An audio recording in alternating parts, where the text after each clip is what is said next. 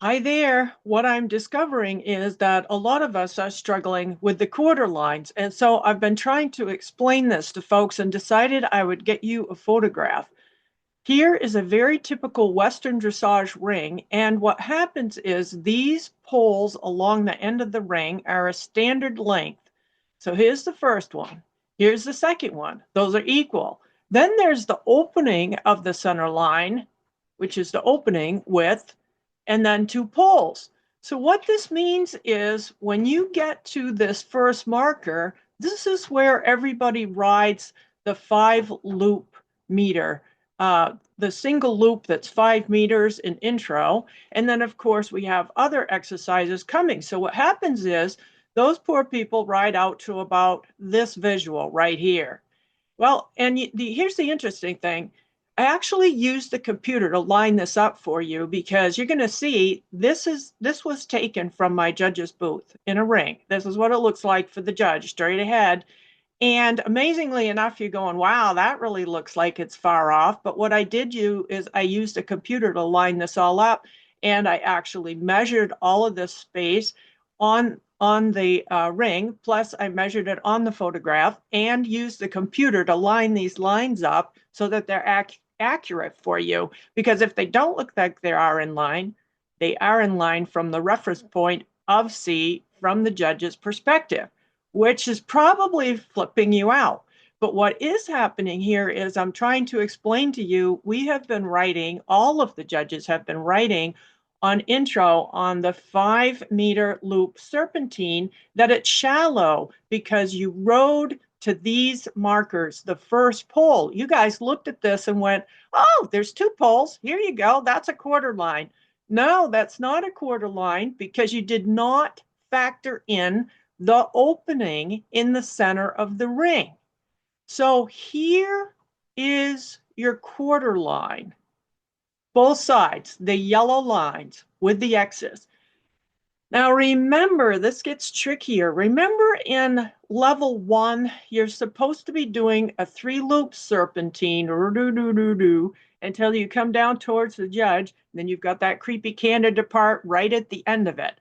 What is happening is sometimes people start sort of right, but mostly what they do is turn and go out to this marker again because they're thinking this is the quarter line.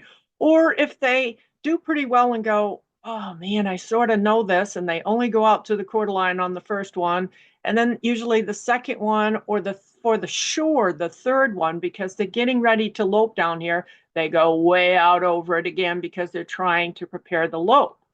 One of the things that's a key factor in that particular exercise is that when you get down to the last one where the lope comes, that you're almost making a really tight turn and you can use it to get your lead, or it provides the bend to get the lead for the horse. So instead of going way out here and losing your bend anyway, use that bend to get that lope lead. So I'm hoping that this diagram is going to point out to you that 5 meters from the rail is well past the first marker. There's the first marker because these poles in these rings are always standard. They're always the same length. That pole is just as long as this pole. And then you have the opening here. So you have to factor that you have to go past that pole at least halfway of what would be the width of the opening. And so this is what it looks like when it's marked off to the judge, how far out that is. What happens when they ask you for a 5 meter or a quarter line, like you come out to the quarter line and then you go back to F, if you don't make it deep enough, A, there won't be much bend, so they won't comment much on that, but you made it a lot easier for yourself.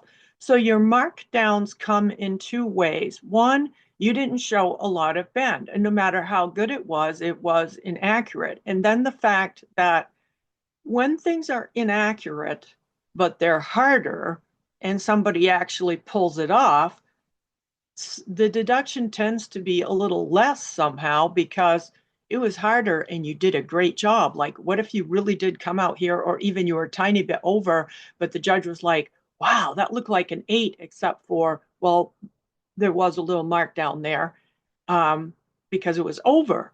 But what if they're looking at it going, well, it would be an 8, but it isn't hard enough. So to begin with, I can't give it an 8 because it wasn't hard enough, and then it is inaccurate.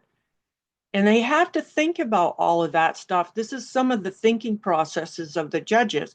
So you really have to pay attention that inaccuracies that make things easier are a problem for you. Inaccuracies are never good anyway, but let's say that you're doing a turn on the haunches, a TOH, and you get a little over ambitious and you make it so small that it's really a walk pirouette.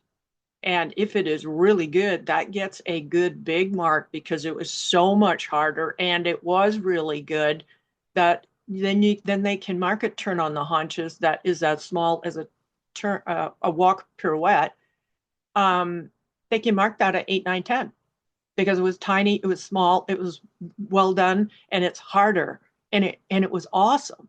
So you want to think about these quarter lines because we're seeing a lot of inaccuracy on misunderstanding, and you can see from the judge's point of view how far out this looks like it is. And remember, I measured this all off and used the computer to be sure that this was absolutely right for you so that you could see what we're looking at. Okay, until next time, keep at those quarter lines. And when you get to a show, walk down to the ring and get some reference points to help you so you're real clear about where you're going to be going. And get some reference points in your own ring. Perhaps put up some orange cones down there so you can really be sure where your quarter lines are. Until next time, hug your horses for me. Bye.